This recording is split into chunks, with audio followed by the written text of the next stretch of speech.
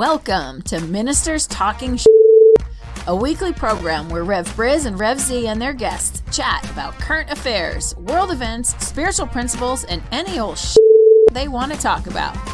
Based on the New Thought philosophy and ancient wisdoms, Ministers Talking shares a visionary perspective of the evolving spiral called spiritual living. Join us each week as we explore the emerging paradigm of life on planet Earth and beyond.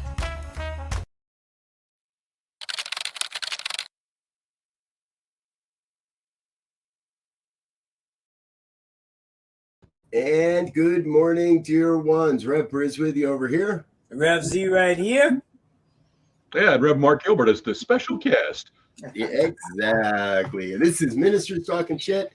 Happens every Friday morning here at 7 a.m. on the Mountain Time Zone. We're so grateful that you are with us. And I got to say, I was just listening to our intro there and that line about discussing the evolving spiral. So get ready, folks. We're discussing an evolving spiral today, and it's called football. I want to share with everybody how this kind of happened. So we're sitting around for the last half hour talking about the news and what's going on in the world. And then about 10 minutes ago, Mark goes, yeah, but what about the Broncos? So tell us, Mark, how did you bring that into the conversation this morning? Well, we were, simply talking about what's newsworthy. And yes, I'm following all the other news in a general level and could have talked about those topics. But I just jokingly was said, but the big thing I've been following is the Sean Payton signing with the Broncos and their new coach who's going to fix, Russell Wilson. It's everywhere you go if you live in the Denver area. Sorry. Yes. Yes, it is. I will say I did see the story yesterday evening. I haven't read it. I'm the Broncos, kind of like pseudo fan in this group. LZ usually holds the football news for us. So, Z, what do you know? Well, there's a mouthful going on because, of course, I'll start off with, we know from a spiritual perspective that past performance does not predict future outcomes, right? And however, in the football arena, they seem to think that always holds true. So we've gone out and paid Sean Payton, who I happen to like, a lot of money to come, give up some draft choices for him to come in and ideally build a winning team. And so we gave, and as that conversation evolved, we started talking about we said high school, but really it's middle school to college or to the professional pipeline, not only of football, but of sports in general, what that means, how it affects the economy, the society, people's thought. So there's a lot to unpack here, but all I have to say is go Broncos. Z, you made me think of something I saw. I was watching a sports talk program, and I must confess, occasionally I watch these things when I'm as a means of relaxation. And my wife kids me and says, "Aren't they just saying the same damn thing over and over about the?" And I say, "Yeah, but I enjoy it, Yes. But there was one guy who was talking about the hiring of Sean Payton and how his leadership skills and abilities and what struck me, and this is a spiritual concept recognition of what he was talking about, is that he said, yes, he knows the X's and the O's, how to run the plays and all of that, but he's also about culture building and about setting in the minds of the players an expectation that they can win. Mm-hmm. And he said that's one of the most important aspects of any coach, is not only their mental acumen regarding the plays that they run and positioning the players in the right way, but it's also elevating that consciousness of the individual players to believe that they can win and how important that is. And that's, I think a lesson for all of us. We've also, even if we don't play football, we work in some other field where we are either the manager leader or we're the subordinate in some cases. But that position is irrelevant except for the fact that each person has a role to set for the expectations for the success of that endeavor, whatever it may be, from housekeeping to retail to working in an office. You all have goals and objectives, And if you think you can make them, you'll make them. And if you think you can't, you're not going to. And that's a basic principle of New Thought. Well, and you know, the good thing you bring up there, Mark, the thing that popped in my mind as you say that, you know, how often have we heard the metaphor of football being, or the game of football rather, being a metaphor for life, right? Mm-hmm. Where we talk about the team aspect of it, the individual responsibility of it, the self-care of it, all these different aspects of that game really kind of maps out the game of life. And the thing that you brought up about Peyton that I think is great, I forget the name. There was a movie not too long ago about Sean Payton, right, and it talked about, in my mind, character building, because him and his wife were divorced and he had a son, and shows how he worked through all of that, how when he got fired and came back, and you know, basically again showing that life unfolds in sometimes very unexpected ways, but you can take the lessons learned from sport and use them to build character, to highlight shortcomings and how to overcome them, all the things you said. And I think that's one, you know, having had that experience, I think he'll be able to come into the team, especially with the season they had last year, and say, hey, you know, that's a lesson. Let's learn from it. Let's move forward. Yeah, I like what you just said about the teamwork piece too, because that's another lesson for us to take from football, is the sense that, you know, there's a sense that we're individuals, that we have to accomplish great and wonderful things ourselves. And when you see somebody come in and try to do it all themselves on a football field, he may have some degree of success, but the team itself doesn't. And so, if you know, there's that thing about floating all boats higher. Yes. I think what you have to sometimes do is subjugate yourself a little bit to the desires and growth of the team. And so I think as we look out and you know, any of the news stories we talk about these days, they're often peppered with the concept that one person wanted to get ahead of other people. And in that created an inequity that also had a detrimental effect to us. So what that means for our upward spiral of the evolution is that we need to find a way to, yes, be our unique selves, but also in a way that supports the growth of everyone and raises all boats at the same time. Yeah, and that's the successful teams on the football field. And one quick thing, Robert, you see me chomping at the bit over here because you're not talking about Russell Wilson coming in here to be the savior, and I'll just shut up right there. Well, I'm imagining my ultimate car garage.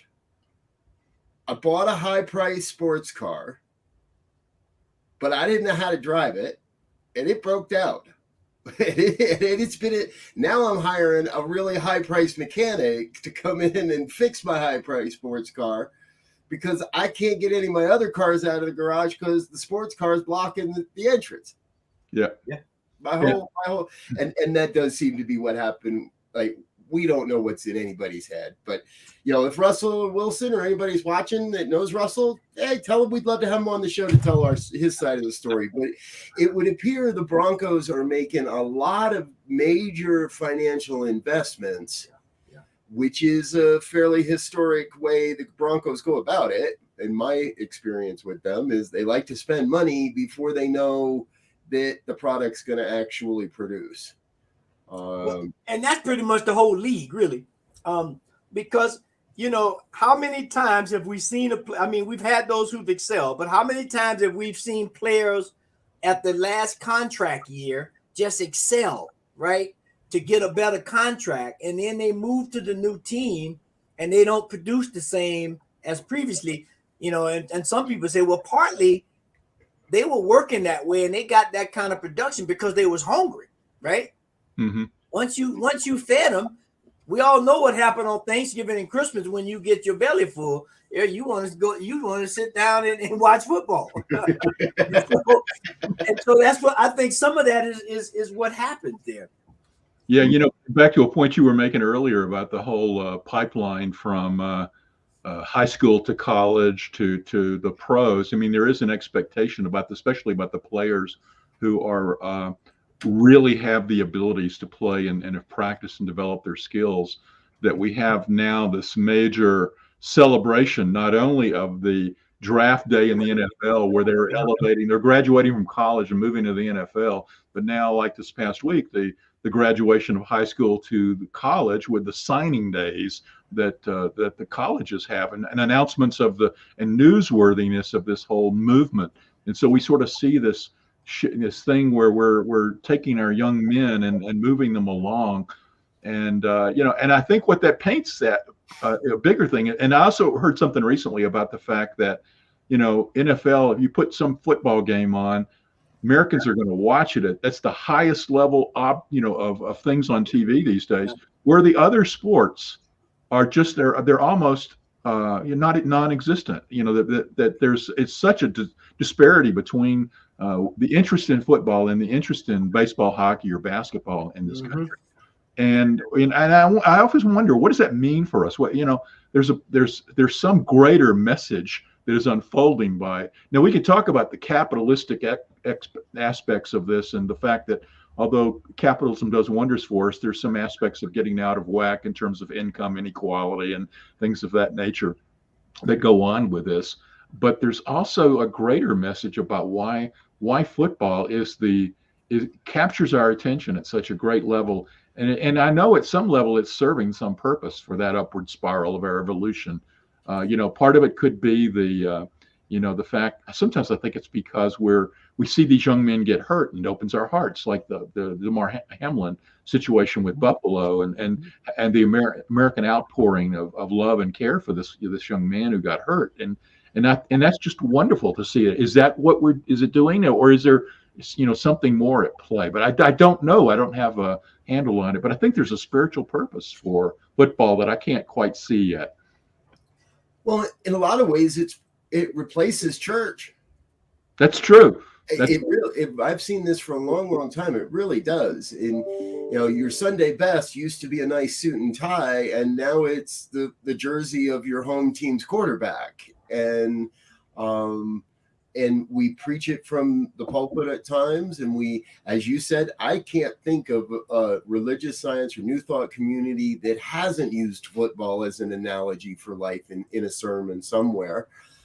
You're allowed to pretty much get away with almost anything. We get together and party and celebrate and eat food together. And you don't even have to wait till after it's over to eat food together. With football, you can eat food right away when you get there. So yeah, we humans have a desire for ritual. Yeah, there is a whole body of ritual put around, from the tailgating to the game to the and every aspect of the game itself. And we can look at that. Getting together, even if you don't go to the game. Getting your potato chips and your beer out, and all the bowl of food on the table in front of you. That's ritualistic stuff that we want to do the same, have this sort of orderly thing while we go through this process. And I think also, you bring up a good point there, both of you guys, in terms of the draw, if you will, to football. And I think, some people have made the analogy, it's maybe kind of negative, that it's the modern day gladiator, right? Mm-hmm. And that's a path you could go down. There's the other part of it that says, people live vicariously through these athletes. So either whether you were a past athlete or whether you aspired to be one when you were younger, and so you can vicariously live out your whatever's through that avenue or that person. And I think the heart of what I hear us talking about in that regard is, it is a rallying point. It is a point for people to come together around a common cause.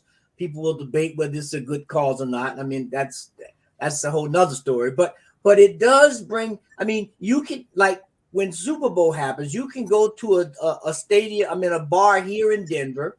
You will have a group of people from Philadelphia and Pennsylvania in that bar, and you'll have a group of people from Kansas, the whole state of Kansas. And I never met this guy, but we are Eagles fans, and so I'm gonna buy you a drink. You're gonna buy me nachos, and there's a camaraderie that takes place there around that common thing, which I think is an interesting phenomenon to go down the path on. You know, I was in a public setting when the Broncos won their first Super Bowl. We had a watch party down at the Paramount Theater, and we had like 2,000 people in there. And I remember the feeling of being in a crowd when they won that game and the euphoria of that moment, that of the collective. And there is, and you hit on a really central point, Z, is that there's this, it breaks down a sense of separation into a sense of unity and feeds something when we are for a common purpose. And the same thing can exist when we've had those moments of great defeat, when we all suffered the pangs of anguish over not, climbing the mountain in some sports event. So there is some sort of human need for those collective feelings outside of us, and that feeds back to our spiritual concepts, is that we know that ultimately on our evolutionary journey, we're moving towards greater and greater awareness of our oneness to all it is. And we're living that, in a degree by our collective focus and intention and experience of sports. You maybe used to be done a lot by battles and wars, and maybe through the gladiator stuff that you were mentioning, but there's always been something that we had to focus on. There was many years ago when I was a manager with the government, I remember one of my staff saying the only way, we were trying to do team building exercises, and the guy said the only way we could build a team really was to get us to all focus on a common enemy. And I didn't like it at the time, but I thought about it after he said that, and I thought, well, there is a degree of truth in that, is that sometimes having an external something that I want to overcome does give us a degree of unity. And which makes me think about Reagan back when he went to the UN and made that famous comment about, he felt like sometimes the only way humans on Earth would come together is if an alien presence came down and attacked Earth, then that would all be the only way we would get united. And it's the same idea, is that we need something out there to focus negativity towards, to bring us into a sense of unity. Where I wonder about is, how can we move forward without that negative on the other? How can we bring the sense of unity without having to have an external other that we're expressing or feeling negative desires towards? Yeah, and I think it's done. One thing, Robert and I were talking the other day about something about languaging, right? And unfortunately, because we've bought into this duality, not dualism, but duality, and we think it's either one thing or another. Now, we could all easily put that thing as a challenge to the collective group. There's a challenge for us to solve homelessness. That could be an adversary, if you will, or a challenge that we could all group around. But when we put it as an enemy, I feel that we get this antagonistic thing, because everybody may not think that thing is an enemy. Now you find a reason for me to want to watch football, actually. And so the NFL every year, right? The month of October, they all wear pink shoelaces and pink gloves, and they all talk about Susan G. Komen and breast cancer. I rarely see any stories about what good that's done, to be truthful. I see lots of stories about the fact that it's happening, but not very many about what has been accomplished, where the money's going to, how much is actually being raised by this, or is this just a way to get people to buy pink gloves and pink sports cleats? So what if the NFL did take on? What if all major sports leagues, the NBA, the NFL, hockey, baseball, rugby. Talked to somebody the other day. They said they went to a rugby game and it looked like it was the NFL from the 1920s. It was so rough and tumble and everybody pounding on each other.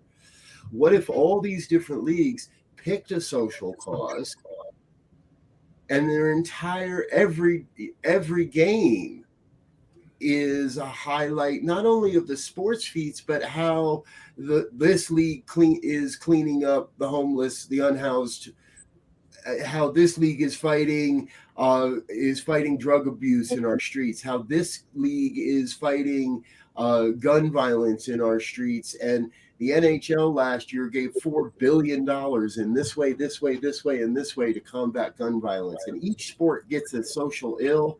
And then I'd be interested in watching who beats who, because then it doesn't matter that somebody beat somebody. It matters that these two cities came together to battle it out for a little bit extra of the prize pool to solve homelessness in their city, in their region. Well, you know, one thing during the Super Bowl, you will see, because a lot of that is going on. And during the Super Bowl, what you will see, which is why I love it, when they start the whole week, because it'll last the whole week, they'll start highlighting players who've overcome things and how they set up. Like you take Lamar Hamlin, right? He started a foundation to help educate kids before he got to the NFL. Right. He started this even before he got there. And once he got hurt, and his goal was only a couple $100,000. Once he got hurt, I think overnight he went to like $2-3 million overnight for that foundation. And God knows what it is now. And so what happens is, and I know for a fact, because I know and I've had relatives play in the NFL, that they have all kinds of foundations and stuff like that going on, but it never gets publicized. When you look at the Black Lives Matter, after that, every team in the league put "Stop Racism" or something on the back of their helmets, love and peace. So I think from my perspective, what we have to begin to do is what's that song by Jimmy the Cricket? Accentuate the positive and eliminate the negative, or whatever that thing was, that verse was, because we know that, especially if we're talking about spiral dynamics, there's always a spectrum of things, or there's always a revolution of things over 360 degrees. And depending on what degree you at, you're going to act a certain way, do a certain thing. But because the revolution don't stop, your opinion will change somewhere when you move around that circle. And so I think sports is a great way for that. You can have one. I mean, a few years ago, Denver won the Super Bowl. This year, we were probably the worst team in the league almost. And now the revolution will start turning again. And so I think from a spiritual perspective, when we look at this, when we understand that life is a spiral, that there is no steady state, we can look at the so-called shortfalls and the so-called high moments and understand, you know, it has come to pass. It has not come to stay. Yeah, you know, part of what you were talking about, Robert, I agree. There's been some aspect of the NFL and other sports taking on or doing baby steps in the direction of that. You know, NFL has their Walter Payton Man of the Year, which is somebody from every team who has done most to support community work. There's the, you know, as LZ is talking about, the all of them having the statements on the back of their helmets, and so much to fight racism has been done in terms of wording. There's the breast cancer stuff, etc. And then they do sort of tout so much money was raised towards this and spent towards, but we don't ever know what the outcome did. You know, we hear those figures all the time in reports, and we go, well, okay, cool, but you know, what actually happened with that money, and did we actually make a difference? And you know, I think sometimes there's a part of us that wants to say, there's a cynical aspect of us that goes, it's all about marketing and, you know, putting a Band-Aid on a giant wound that is, but it's a step in the right direction. But the question then becomes, how do we coalesce the attention and focus on sports, and especially football, to bring us into, to really solving the issues of income inequality and racism and things of that nature that really need a collective focus upon it. And you know, I'm not sure what the answer is, but I think there is an untapped opportunity there, I think, for humans to use the collective focus towards sports and things that could be the drivers to serve as a vehicle for the next evolution, where we're going and solving some of our human-based problems right now. truthfully, and as you say it that way, Mark, thank you. I actually want to go back and now transcribe this and write that down because this is important. But I think that has to be key truly for sports to survive another 100 years. You know, when you look at sci-fi movies and images, you don't see an awful lot of sports teams lined up in those movies. They don't focus on are they going to be there or not? Most likely, yes, that's okay. That no problem there. But what if Sunday morning was, hey, folks, today the Philadelphia Eagles representing the Greater Philadelphia Food Bank, you're going to take on the Kansas City Chiefs, recognizing the Missouri homeless population. We got to remind Elzia that KC is actually in Missouri, but like they're battling it out on behalf of, maybe the Celebrity Family Feud. That's what they were playing for. Yeah. And today we're playing for these guys, and if we win, we're giving these guys $1 million, right? These teams have enough money, they don't need, or we're going to give, the homeless teams 1,000 jerseys this week if we win. Yeah, there's an opportunity there, whatever it is, whether it's that sort of play for a charity kind of thing or something else. And I think it's also, but there is some good being done. I mean, look at sure. One of the things that we can look at is that sports has been sports in the entertainment industry in general is something that we focus upon. And when we see the elevation of people's standards of living, when we see minorities, blacks and whites coming together in friendship on the field and off the field, that serves a purpose to break down the fact that if you live in a neighborhood where your friends are only of the same type and look and think like you can see examples of where there's something to aspire to. So there are aspects of sports that serve a sort of an example purpose for us that we can also take from it. Yeah, I mean, the classic one, of course, is the Brian Piccolo story, right? Yeah. With Gale Sayers. I mean, that was back in the day when, these guys were roommates, and some people didn't even like that. They were on the same team, but that team atmosphere brought them together. Oftentimes a lot of people have challenges with the NFL or sports in general, and at least football and basketball, because it's largely African American. Definitely football, and people have this derogatory and disparaging statements about stay in your place, and like somebody told one of the basketball players, just dribble. I think it was LeBron James, dribble the ball and shut up. And then you have the whole thing about Colin Kaepernick. And I just heard a story on NPR, and I'm gonna have to go get the book. Some of the old time Nuggets fans may remember Chris Jackson out of LSU, who became Muslim. His name is Mahmoud Abdul Rauf, who back in the 90s sat down for the national anthem, and they blackballed him out of the league. And so I'm putting on my black hat now. It's ironic that when these opportunities happen and most of these players who come in these leagues are from lower income, so-called bad neighborhoods, and they get an opportunity to not only help their family but provide others with jobs. And so there's always this moving scale, this spiral that and people like it and sometimes they don't. So I mean, that's a whole nother aspect that has to be looked at in a country that treats race as a separate kind of thing. Yeah. One thing you brought up is, and it's sort of interesting, is it's back to the fact that we like our rituals, and the ritual aspect comes from, a more traditional mindset that sometimes people, evolve out of. Yes. And that we have one major ritual at our sporting events, that especially in the United States, we stand for the national anthem before every game, no matter which sport it is. And that's something that has it has a mixed feeling about it. One, it's a ritual, but the other, it's a ritual tied around our sense of nationalism in this particular country. And if you have a mindset that it's, America, love it or leave it, don't do anything to to tread on the perfection of this country as represented by this national anthem and us looking at the flag while this music plays, then if anybody uses that as a means of trying to gather attention, it's attacking sort of a base instinct that's in so many people of this love of country.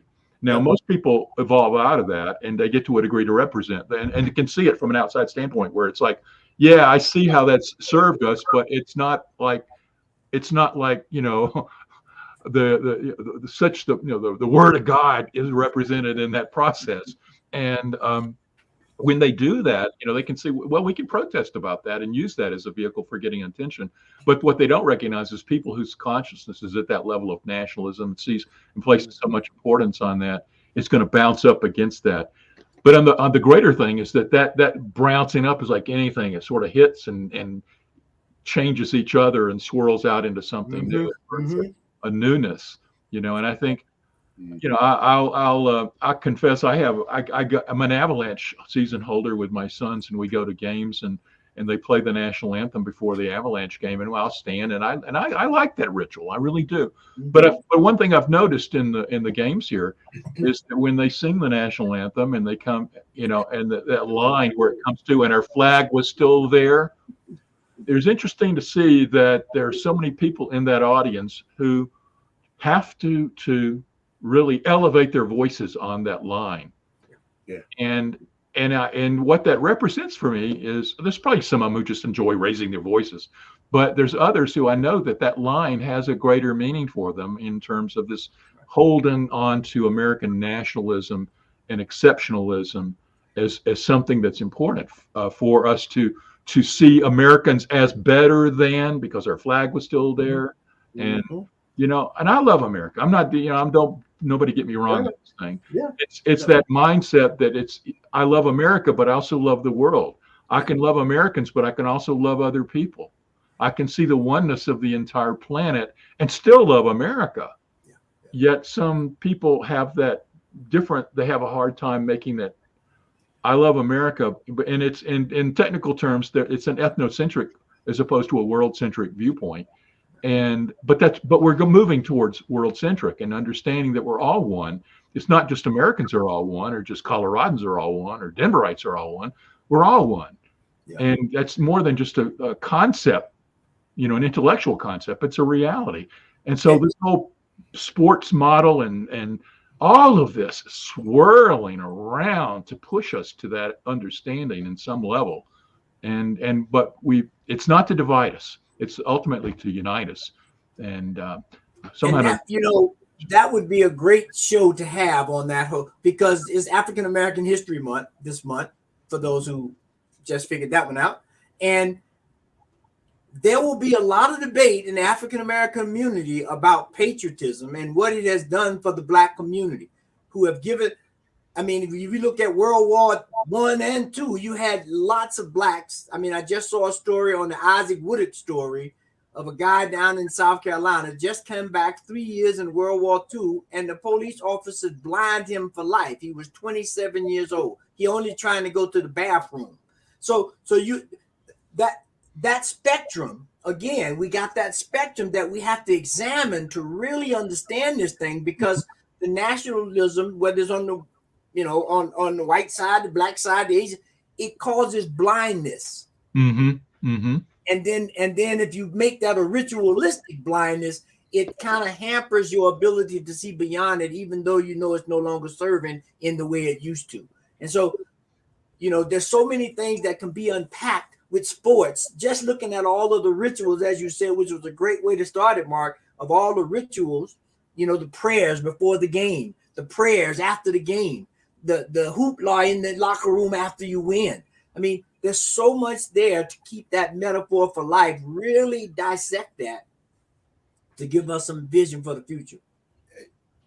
Folks, if you wonder what you're watching here, by the way, this is Ministers Talking Shit on New Thought Media. Or guys talking sports. Or guys talking sports. It happens every Friday morning. But like what you just woke me up to is something there, Mark, that I have never personally justified in my own mind. And that is that tie between the patriotism and the nationalism. And as I was hearing you share, I kept going, yeah, if you're white. Yeah, if you're white. And throughout this conversation, I've actually looked at, okay, so are sports of a new form of indentured servitude? Yeah, we're going to pay you a lot of money. Yeah, we're going to make you look like a celebrity, but ultimately it's still all the white guys at the top taking in the big cash and laying down the rules. Are we allowed to protest? Yes. And is it really a deep-seated fear in people that make them raise their voice at that line? That they're afraid the flag won't be there. They're afraid that the nation is being taken over by, all right, the Muslims or whatever. Or is it really a fear-based thing? And then we don't know what to do with that. Mm-hmm. So it gets channeled into this false sense of patriotism rather than a sense of patriotism moving us towards that sense of oneness. Yeah, we can make a case that there's this sort of like hierarchy of the rich and powerful, the 1% who's creating this environment as a mechanism for making more money, et cetera. But we could take that to every industry if we wanted to, and music, entertainment in general, et cetera.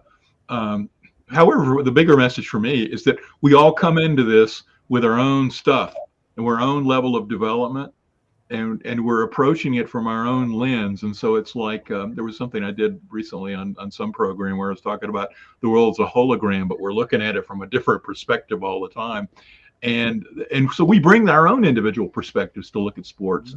And, from us, we're looking at it from sort of a spiritual angle right now. But, these rich people are looking at it from a financial angle. You got the sports player who's looking at it as a means of maybe getting out of poverty and to bringing it into wealth and supporting their family and causes that are greater for them. We've got this ritual aspect that we spent a little time talking about today. And now we bring to that a desire for ritual, a desire for, the shared experience of loss or winning that comes in the collective. There's so many aspects to that. And what all this points at is that within this one thing of football or anything we point at, we can come at it from different angles and see the unity, to see the greatness of how everything is tied together. Everything is tied together. And it sort of teaches oneness in a way that we're looking at it with our own particular lens and angle, and others are looking at it at theirs. But ultimately, we see that all these things come together in some degree of connectedness. The enjoyment that I have in a crowd of watching a hockey game and hearing guys who elevate their voices on one line of the national anthem is just one way of looking at it. There's many, many other perspectives as well. And all those perspectives come together in a degree of us spiritual beings moving through this human experience and giving and allowing spirit to have the unique experiences that we're having for our unique perspective of looking at this oneness thing. So, hence a reason to embrace the spiral of life, because if I go around the spiral, I will get all of those perspectives. Yeah. And hopefully when I get back to point zero, I have a better perspective of the whole than I did when I took that journey. Yeah. I see one of our commenters is pointing out that the national anthems are used in, the Olympics and things. And so we're also, it's not just a USA tradition. We all love, and so using the Olympics is another one. We come together every 4 years for the whole world to focus on something, and it's the NFL is probably a microcosm of what's expressed in the macrocosm of the Olympics every year. All right, so the NFL is going to solve homelessness. The NHL is going to solve gun violence. Baseball is going to take on sexual abuse, and the Olympics is going to take on climate change. Whether the owners move in that direction or not, all of this will ultimately be solved. Yes. Maybe not during our lifetime, but. Oh, yes. Exactly. And then we can all sit back and have a Coke or a Budweiser at halftime. But one thing we can say, if we take all of this conversation and put it in a real positive stint, we can definitely use it as a rallying point to move beyond any stigma, any prejudice, any issues. Just like we rally around the team, it gives us the perfect example to rally around things that may have a more impactful and long-lasting effect in our lives and the lives of others. Yeah. Well, that sounds like that was final thoughts by Rev Z for the day. And we're about running out of time, so why don't we continue that tradition? Rev Mark, final thoughts for the day. I just want to say ditto to what LZ said. All right, you say ditto and my Mel Brooks. Anybody that knows the line, you'll get it. If not, I'll tell you later. So for me, folks, I think there's one big, huge theme that I've heard here this morning, and that is that sense of community, that sense of connectedness.